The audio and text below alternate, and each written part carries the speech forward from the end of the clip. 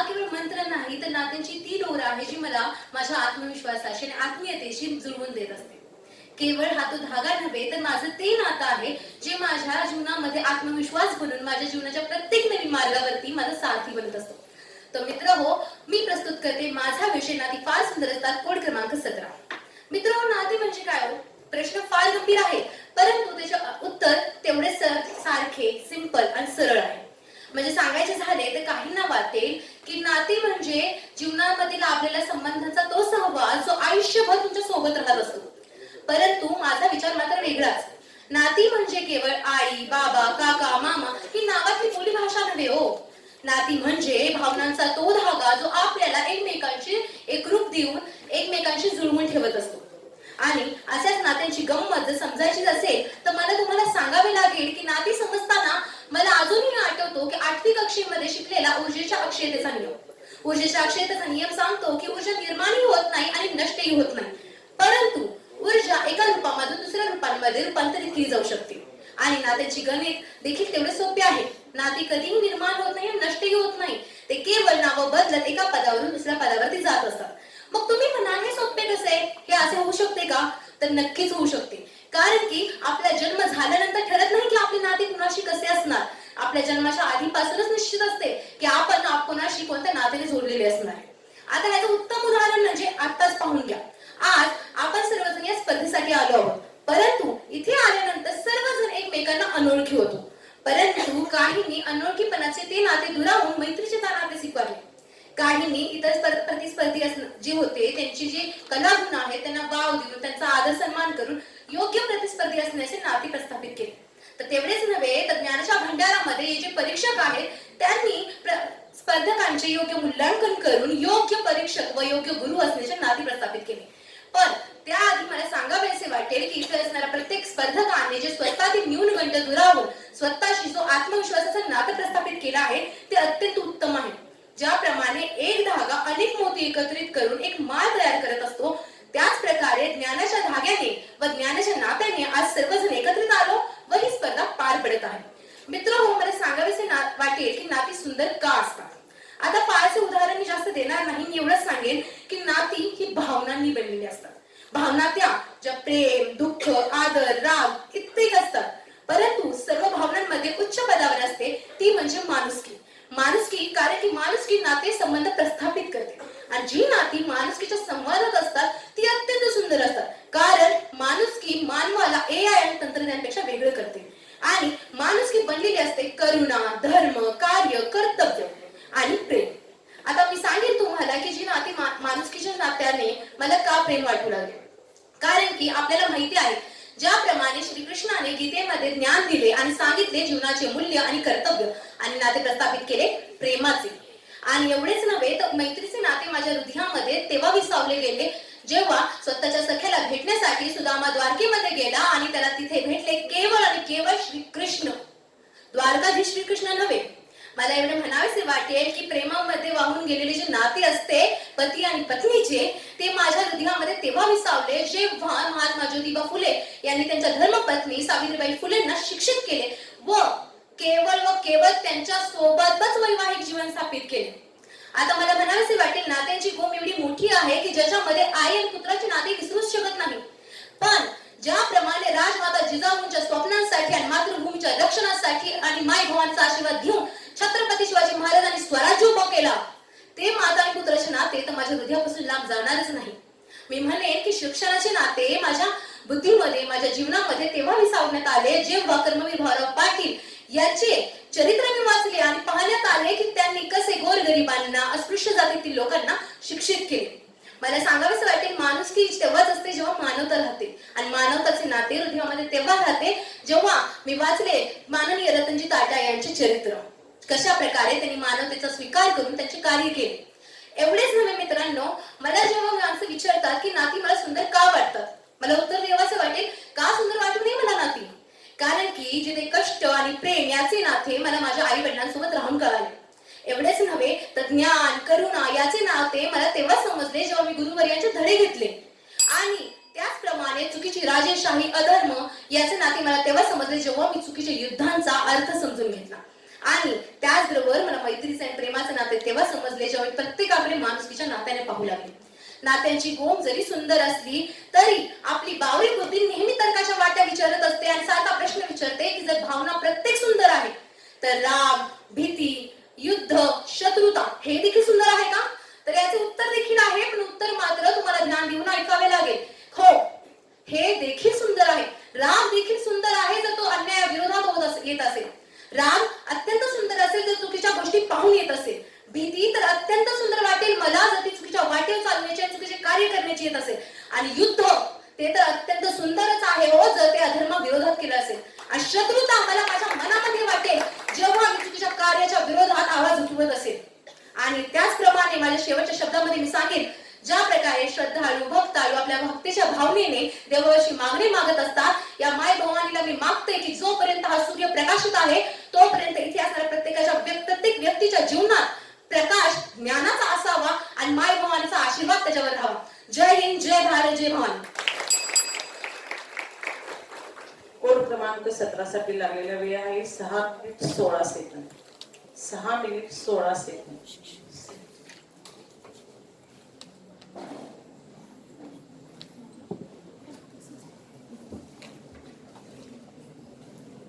यानंतर यापुढील स्पर्धक कोड क्रमांक 12 उपस्थित आहेत का?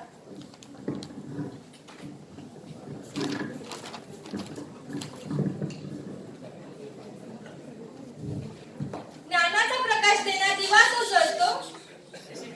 स्पर्धक कोड क्रमांक 41 तुमची वेळ सुरू होते आता. ज्ञानाचा प्रकाश देणारा दिवा तो जळतो. ज्ञानाचा प्रकाश देणारा दिवा तो जळतो. माणुसकीचा खरा अर्थ हा ज्ञानाचा दिवा हा. नमस्कार विद्यार्थी मित्रांनो, मी आज घेऊन आलेले आहे तंत्रज्ञानाच्या आग्रहात हरवलेली जीवनमूल्ये. मी काय तुम्हाला 2 शब्द सांगणार आहे तंत्रज्ञानाबद्दल, ते तुम्ही शांत चित्ताने ऐकावे अशी माझी विनंती आहे. मित्रांनो, आजकाल माणसात माणूस राहिलेला नाहीये. ह्याचं कारण काय आहे तर फक्त आपल्या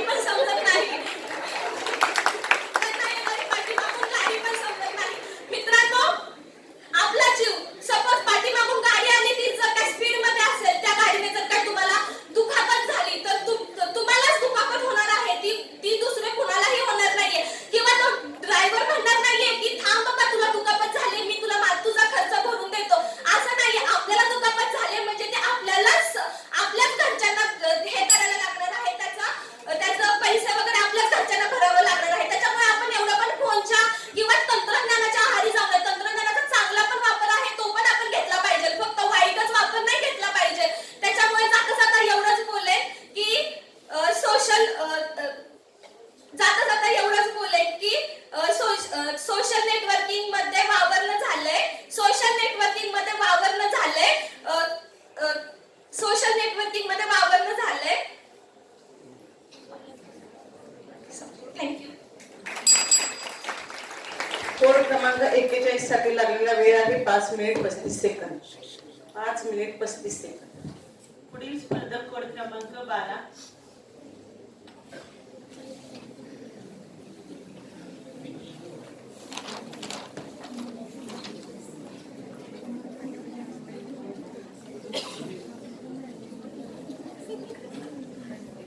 यानंतर पुढील स्पर्धक कोड क्रमांक 21 यांनी तयारी करायचंय. स्पर्धक कोड क्रमांक 21 आपण तयारी करायचंय.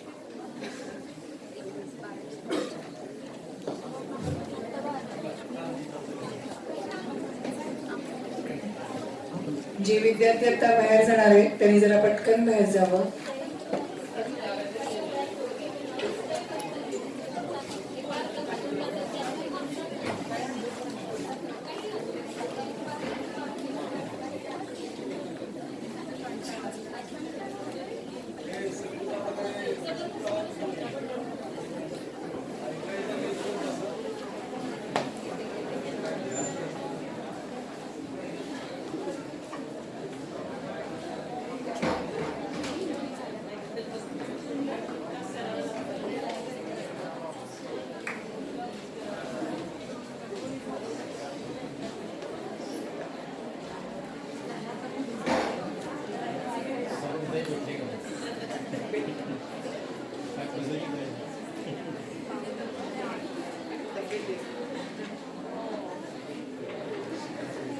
जरा पटकन बाहेर जाऊन सहकार्य करावं.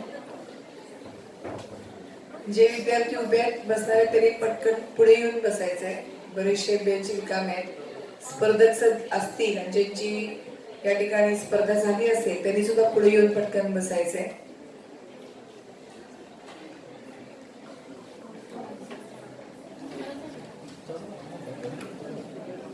स्पर्धक कोड क्रमांक 12 तयारीचा. स्पर्धक कोड क्रमांक 12 यांची वेळ सुरू होते आता. नमस्कार. आदरणीय व्यासपीठ, सन्माननीय परीक्षक, निरीक्षक, समीक्षक, अधीक्षक आणि माझ्या स्पर्धक मित्रांनो, मी स्पर्धक कोड क्रमांक 12 आपल्या समोर विषय मांडत आहे. नाती फार सुंदर असते. नेमकं नाती म्हणजे काय? तर आईची ममता, वडिलांचा धाक, मित्राची हाक आणि आपुलकीची साथ म्हणजे नाती. नाती म्हणजे विश्वास, प्रेम, आपुलकी यांच्यावर टिकतं. पण खरंच जेवढं नातं हा शब्द जेवढा छोटा आहे ना, त्यात विश्वास, आपुलकी तेवढीच कठीण असते. कारण नातं निभवणं फक्त शब्दाने म्हणायला सोपं, पण ते अक्षरशः करण्यात खूप कठीण असतं. कारण की आपल्याला एखाद्या व्यक्तीचा राग आला किंवा समोरच्याने आपल्या एखाद्या गोष्टीचा राग धरला तर त्याला सहज माफ करून देत चला. कारण एखाद्या वेळेस चूक आपल्याकडनं पण होऊ शकते ना. समोरच्याला माफ करणं हे आपलं कर्तव्य. ज्या आईने आपल्याला 9 महिने 9 दिवस पोटात ठेवलं, त्या आईची ममता म्हणजे ती एक आपली आईची आणि आपली जुळलेली नाळ असते. वडिलांची धाक. आजपर्यंत आपण वडिलांशी कधी डोळे भरून किंवा वडिलांशी समोरासमोर राहून बोलू शकलो नाही. पण आज आपलं आणि वडिलांचं एक प्रेमाचं नातं आहे. ते आजपर्यंत कोणत्या मुलाला कळलेलं नाही. कारण की आजपर्यंत कोणत्याच मुलाची हिंमत नाही की वडिलांकडे 2 शब्द मोठ्याने बोलू शकत. पण वडील सुद्धा मुलाला एखाद्या गोष्टीविषयी मोठ्याने बोलून रागाने बोलतात, चिडतात, रागवतात. पण त्या मागे त्यांचं प्रेम असतं. हे एक बापाचं आणि लेकाचं नातं असतं. हे एक पडद्यामागचं नातं असतं, पण हे कधी डोळ्यासमोर येत नाही. आपल्याला आईचं प्रेम दिसतं, आपल्याला मैत्रीचं प्रेम दिसतं, आपल्याला भावाचं प्रेम दिसतं, आपल्याला मित्राची आपुलकी दिसते. मित्रांनो, एक बोलावंसं वाटतं की जी आपल्याला प्रेम करते ती प्रेयसी असते.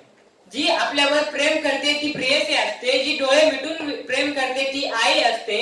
जी आपुलकीनं प्रेम करते ती मैत्रीण असते. पण जो डोळे वटारून प्रेम करतो तो बाप असतो. आणि बापाचं आणि लेकाचं नातंही असंच असतं. म्हणजे नातं कसं जपायचं? तर आईच्या शब्दासाठी शिवाजी महाराजांनी स्वराज्य स्वराज्याची स्थापना केली. हे एक नातं होतं, ते सवंगडी तयार झाले. म्हणजे यातनं एक गोष्ट शिकायला भेटती की एका वर्षात 10 मित्र कमवणं आणि 10 वर्षात एकाच मित्राशी सोबत असणं हे एक वेगळंच नातं आहे. कारण नात्यामध्ये आपुलकी, प्रेम, आपलेपणा, हव्यास ह्या खूप साऱ्या गोष्टी त्यात टिकलेल्या असतात. आणि ज्यावेळी आपल्याला नातं टिकून ठेवायचं असतं ना, तर त्यासाठी आपल्याला फक्त माणुसकी आणि माणुसकी जपावी. कारण की नात्यामध्ये एकच गोष्ट महत्वाची असते, ती म्हणजे माणसाने माणसाशी माणसासम वागणे. कारण की माणूस माणसाप्रमाणे नाही राहिला तर नातं टिकणं हे कठीण. कारण की प्रत्येक गोष्ट ही विश्वासावर चालते. परंतु आजकालच्या काही गोष्टी अशा घडताय की प्रियस किंवा मित्र मैत्रिणींचं नातं जे आहे ते विश्वासावर न टिकता ते आज फक्त मोबाईलच्या स्क्रीनशॉटवर टिकतंय. म्हणजे आज दुनिया फक्त व्हॉट्सअप वर चाललेल्या चॅटिंगचा स्क्रीनशॉट काढून एखादं नातं तुटण्यापासून किंवा एखादं नातं कणखर मजबूत झालेलं असेल ते तोडण्याचं साधन फक्त एकमेव गोष्ट घडती, ती म्हणजे स्क्रीनशॉट. एखाद्या व्यक्तीवर आपल्या असलेला विश्वास तो तोडण्यासाठी एखाद्या व्यक्तीला कठोनात प्रयत्न करावे लागतात. पण आपला विश्वास समोरच्या व्यक्तीवर असतो कारण की त्या व्यक्तीचा आणि आपलं जन्मजन्माचं नातं असतं. काही नाती हे रक्ताने आपल्या सोबत येतात, काही नाती ही जन्माने व रक्ताने आपल्या सोबत येतात, पण काही नाती ही हृदयाने मैत्रियाने आपल्याला तयार होतात. जसं की हृदयाने तयार होणारी नाती म्हणजे मित्र, गुरु. रक्ताची नाती आई वडीलच असतात, पण गुरूंचा आणि शिष्याचा संबंध असतो तो जन्मजन्मापासून. कारण की शब्दापासून सुरुवात झालेली ते मुलगा ग्रॅज्युएट होऊन जॉबला लागण्यापर्यंत एकाच व्यक्तीचा हात डोक्यावर नसतो, तर पहिली, दुसरी, तिसरी जसं जसं मुलगा शिक्षण घेतो, मुलगी शिक्षण घेत जाते, तो एका पदावर स्थिर होतो, तर त्याच्या डोक्यावर असलेला गुरुजनांचा हात आणि त्यांची साथ आणि त्यांचा विश्वासच म्हणजेच आपुलकीचा हात होतो. आणि ह्याच नात्याच्या विश्वासावर आजपर्यंत आपण सगळे टिकत असतो. आणि शेवटी माझ्या मैत्रिणीने लिहिलेले 2 शब्द ते म्हणते की वेळेचा हा खेळ वेगळा, वेळेचा हा खेळ वेगळा, नाती तुटती जन्मांत जन्मांची, नाती तुटती जन्मांची, फक्त विश्वास तुटतो तो एका स्क्रीनशॉटच्या मुळे. फक्त नाती तुटती ते एका स्क्रीनशॉट मुळे. त्यामुळे नाती जपताने फक्त वापरावा तो माणसाने माणसाशी संबंध. धन्यवाद. कोड क्रमांक 12 साठी लागलेला वेळ आहे 5 मिनिट 43 सेकंद. पुढील स्पर्धक कोड क्रमांक 21. वेळ किती सांगितलं? 5 मिनिट 43 सेकंद. यानंतर पुढील स्पर्धक कोड क्रमांक 48. तयारीत राहायचे. हॅलो. स्पर्धक कोड क्रमांक 21 तयार. स्पर्धक कोड क्रमांक 21 तुमची वेळ सुरू होती आता. उत्तरम यत् समुद्रस्य हिमालयश्च एव दक्षिणम तद भारतम नामम भारतीयत्र सन्ति. अर्थात हमारा भारत देश जो उत्तर में हिमालय है, दक्षिण में समुद्र है और यहाँ बैठे हुए हम सभी भारतीय यहाँ भारत में रहते हैं. नमस्कार. यहाँ उपस्थित महानुभाव एवं यहाँ उपस्थित युवा शक्ति, मैं आज आपके सामने कोड क्रमांक 21 यहाँ उपस्थित भारतीय संविधान आजादी का अमृत महोत्सव इस विषय पर विचार अभिव्यक्ति हेतु उपस्थित हूँ. आजादी की लौ तो 1857 में जल चुकी थी. आजादी की लौ तो 1857 में जल चुकी थी, जो मशाल बनकर 1947 को हमारे देश को आजाद कराया. आजादी के पूर्व देशभक्ति के महीने कुछ और हुआ करते हैं और आजादी के बाद देशभक्ति के महीने कुछ और हुआ करते हैं. मैं नहीं मानता कि राष्ट्रगान के समय 52 सेकंड खड़े हो जाना या वंदे मातरम की जय, भारत माता की जय जोरों शोरों से नारे लगाना यह देशभक्ति है.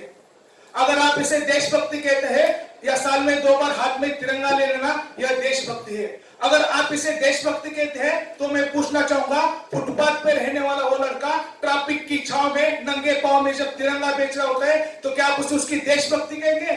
यह उसकी देशभक्ति नहीं, यह उसकी पेट की भूख की शक्ति है जो उसे ऐसा करने पे मजबूर कर रही है। क्या हमारा राष्ट्रवाद इतना सटीक है जो क्रिकेट के मैदान से लेकर सिनेमाघर के बजने वाले राष्ट्रगान तक सीमित है? नहीं, राष्ट्रवाद से भी ऊपर उठकर जो भाव मन में आता है वह राष्ट्रभक्ति है।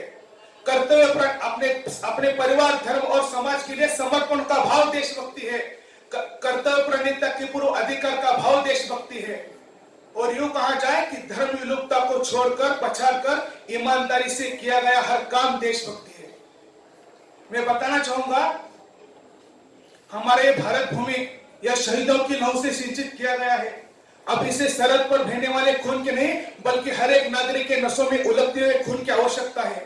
इसे आवश्यकता एक नए फौज की जो भले ही बलिदान ना हो पर इसका एक एक फल, एक एक फूल देश के चरणों में अर्पित हो। इसे कहते हैं देशभक्ति। और यूं कहा जाए कि राष्ट्र निर्माण का पहला सोपान है देशभक्ति। और यूं कहा जाए कि देशद्रोही के जीवन में आने वाला तूफान है देशभक्ति, ताकि एक देशद्रोही भी समझ सके तू अगर दरिंदा है तो ये शमशान तेरा है, अगर तू दरिंदा है तो ये शमशान तेरा है, अगर तू परिंदा है तो ये आसमान तेरा है। भाईचारा से रहना है तो रहे इस जमीन पर, भाईचारा से रहना है तो रहे इस जमीन पर, वरना तेरी कब्र भी यही है और यही कब्रिस्तान तेरा है और यही कब्रिस्तान तेरा है। संविधान क्या कहे हैं इस संविधान के बारे में? यह संविधान की बहुत बड़ी गहराई बात है। आज अगर हमारा भारतीय संविधान लागू नहीं हुआ होता तो हम कहीं वही अपने इलाके में गाय भैंस चरा रहे होते। संविधान, इस संविधान के बारे में किसी को मौका मिला तो किसी ने किताब लिखी, किसी को मौका मिला किसी ने गीता कुरान लिखी, लेकिन उनके लिए सबसे बड़ी अहमियत किसी की होगी तो गीता कुरान की होगी, अपने धर्म की किताब की होगी। लेकिन यहाँ पे बैठा हुआ कोई सच्चा भारतीय नागरिक है, उसके लिए सबसे बड़ी अहमियत किसी की होगी तो भारतीय संविधान की होगी, वो भारतीय संविधान की होगी। आज हमारे देश के प्रधानमंत्री जब विदेश की यात्रा करने के लिए जाते हैं तो अपनी दोनों बाहों को फैलाकर कहते हैं कि मैं युद्ध की भूमि से नहीं, मैं बुद्ध की भूमि से आया हूं। और तभी से हम अपने भारतीय संविधान को याद करते हैं। यह हमारा भारतीय संविधान है। महोदय, मैं आपको बताना चाहूंगा कि भारतीय संविधान में हिंदी साहित्य का विद्यार्थी हो, हमारे एक ऐसे कवि हैं जिनको लेकर बहुत तरीके की बातें की जाती है। उन्होंने रामचरितमानस में लिखा, यह भारतीय संविधान को अगर आप बार बार पढ़ेंगे तो आपके जीवन के कष्ट दूर हो जाएंगे और आप अपने जीवन को बेहतर बना सकते हैं। उससे बड़ी बात उन्होंने क्या की कि अगर आप भारतीय संविधान को पढ़ते हैं तो आपको मोक्ष की प्राप्ति होगी।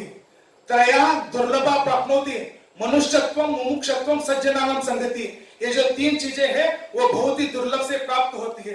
कौन कौन सी? मनुष्यत्व, मुमुक्षत्वम, सज्जनानाम संगति।